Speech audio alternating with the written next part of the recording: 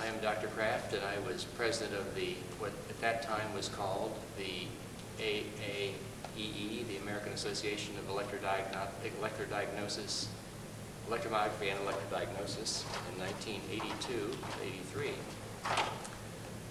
We've been given a list of 4 questions to respond to, and I'm going to respond to them. The first question is, what issues were you facing while you were president, both within and in the external environment? And I think there were several within, one of which was that name change that I just stumbled on. The organization for many years was founded, was called the American Association of Electromyography and Electrodiagnosis, AAEE.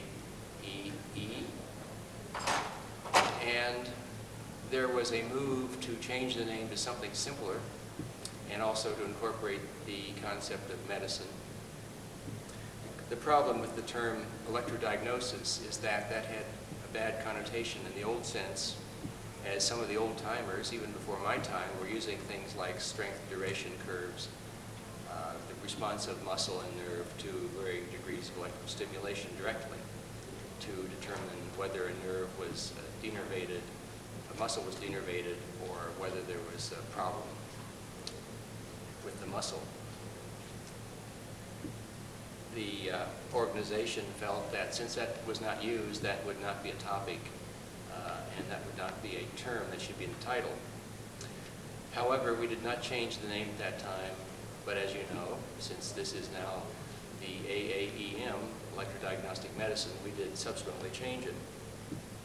That was probably the most contentious of the internal issues facing the organization. From the standpoint of the external issues, when I was president, it was the first time the meeting was held outside the United States. We held the meeting in Toronto, which is where we are holding it next year in 2002. And when I gave my presidential address, I talked a little bit about the response of response of physicians to their roles in society. At that time, there were major issues vis-a-vis the nuclear proliferation issue, and I addressed that. And I think I probably messed up for all time the publication of the presidential address in Muscle and Nerve because it was just too political, I was told.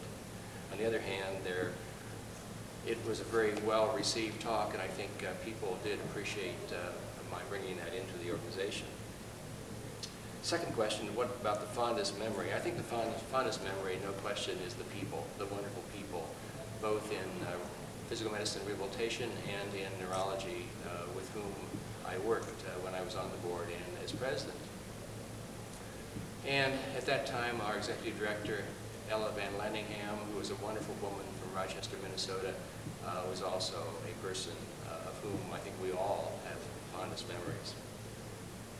I remember working with Dr. Lambert and fond memories of that, Dr. Dalby and others. There was a very strong contingent from Rochester, as there is even today, and those were memories I look back upon with great pleasure.